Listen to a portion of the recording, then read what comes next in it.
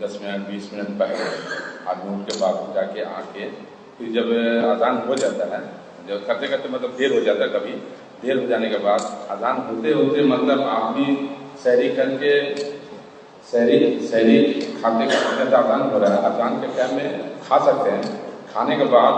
پھر آدمی فارغ ہونے کے لیے کولگیٹ کر سکتا ہے کہ نہیں؟ روزے کی حالت میں برش کر سکتا ہے یا نہیں کر سکتا، یعنی اس کو پیسٹ لگا کر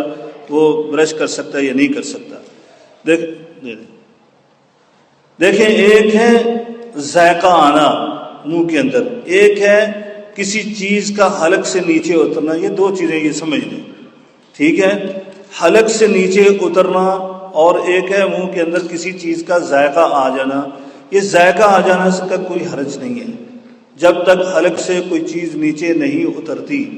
اس وقت تک آپ کے روزے کو کوئی فرق نہیں پڑتا، تو لہٰذا یہ کر سکتے ہیں، لیکن احتیاط بہت اچھی ہے، انسان کو بچنا چاہیے۔ مسواک ہے، مسواک کو کر لیں، اور کوشش تو یہ کریں کہ اتنا لیٹ نہ ہو، کبھی ہو گیا تو کوئی حرج نہیں،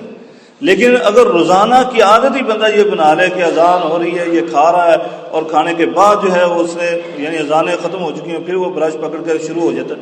یہ کام روزانہ کا نہ کریں، کبھی ایسے ہو جائے تو کوئی حرج نہیں ہے، لیکن عادت جو ہے وہ غلط ہے۔